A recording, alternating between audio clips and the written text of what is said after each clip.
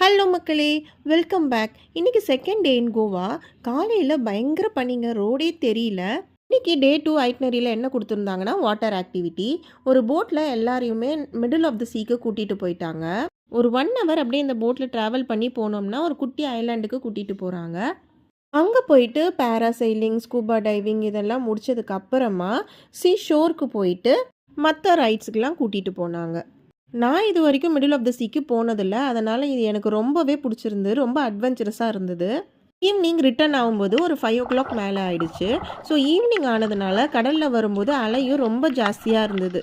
அதை பார்க்கும்போது ரொம்ப பயமாகவும் இருந்தது. அதே சமயம் ரொம்ப த்ரில்லிங்காகவும் இருந்தது. நீங்கள் ஒரு வேளை கோவா போகிற மாதிரி ஐடியா இருந்துச்சுன்னா கண்டிப்பாக இது உங்கள் ஐட்னரியில் சேர்த்துக்கோங்க. கண்டிப்பாக இது ஒரு மறக்க முடியாத எக்ஸ்பீரியன்ஸாக தான் இருக்கும். நாங்கள் ஒரு ஏஜென்சி கிட்ட பேக்கேஜாக பேசிட்டு தான் போனோம். எல்லாத்துக்குமே பே பண்ணியிருந்தாலுமே இங்கே எல்லாத்துக்குமே மறுபடியும் சார்ஜ் பண்ணுறாங்க. அதை அவாய்ட் பண்ணவும் முடியல நம்மளால். நாங்கள் டபுள் த அமௌண்ட் பே பண்ண தான் செஞ்சோம். ஸோ நீங்கள் டைரெக்டாக இங்கேயே வந்துட்டு புக் பண்ணி போகிறதுனாலும் போகலாம். ஸோ இன்றைக்கி எங்களுக்கு ரொம்பவே லாங் டேவாக இருந்துச்சு. அதே சமயம் ரொம்பவே என்ஜாய் பண்ணோம்.